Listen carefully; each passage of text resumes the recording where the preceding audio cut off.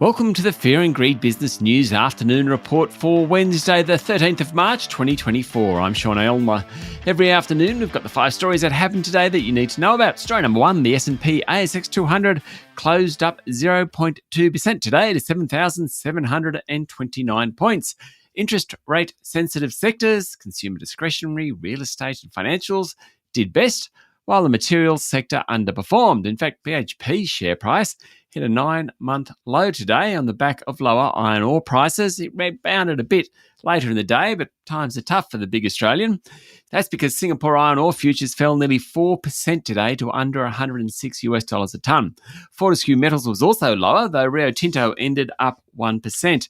Most of the banks did pretty well. National Australia Bank, ANZ and Westpac all rose by about 1.5%. The retailers were mixed. Telstra was lower. Aristocrat Leisure, Xero and REA all did well, while Qantas was down more than 2%. Building materials group James Hardie was up another 1% today, meaning its share price has pretty much doubled over the past 12 months. It is easily the best performer among the very large caps.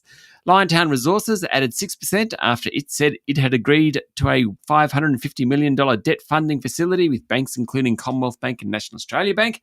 Core Lithium's share price, though, it tumbled 7% after it announced a big loss for the December half.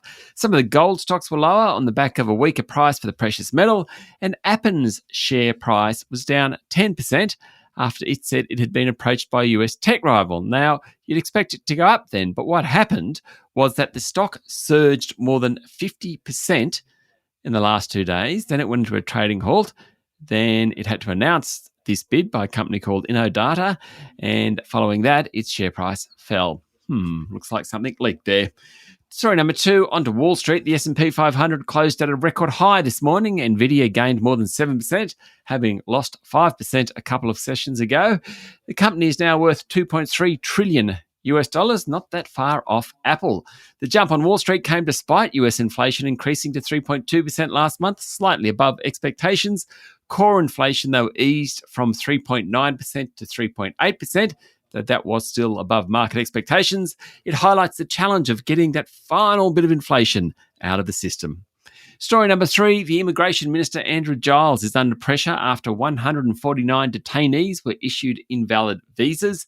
There was a technical issue with the visas, according to the government, and they've been reissued. Problem for the government, though, is that the opposition is making headway on the back of the bungling of immigration issues ever since the High Court decided last year that indefinite detention was illegal. It resulted in refugees with serious criminal histories being released into the community for a period until new legislation was passed. Now we've found that some of these visas were wrong.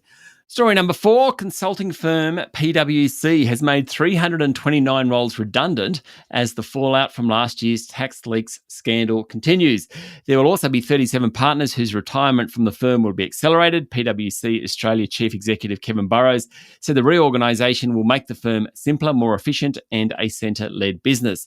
Late last year, PwC reduced its workforce by around 340 after its consulting business was hit by the tax leaks scandal, whereby a partner received privileged information from the government about tax plans and then shared it with clients. They also blamed economic conditions on that one. And story number 5, it is now official. President Joe Biden will face up to former President Donald Trump in the US election in November this year. Both have now won enough delegates from state polls to be called presumptive presidential nominees. Biden reached that point after he won Georgia's primary overnight, and enough of the state's delegates to put him above the 1,968 needed to lock up the nomination. Trump clinched it after winning enough delegates to exceed the 1,215 he needed to claim the Republican nomination. It's the first time since 1912 that 2 presidents have faced off. Back then it was Democrat Woodrow Wilson who unseated one-term Republican President William Taft, but there's also a third person on that ballot, former President Theodore Roosevelt, who ran under the Progressive Party banner. The 2024 election is expected to be one of the most expensive on record in recent history. There has not been a campaign with candidates who have been in the public eye for so long and with such low approval ratings. That will require them to spend billions of dollars to persuade voters to vote for them. That's it for the afternoon report for Wednesday, the 13th of March, 2024. Michael Thompson and I will be back tomorrow morning with the Thursday edition of Fear and Greed Business News. I'm Sean Aylmer. Enjoy your evening.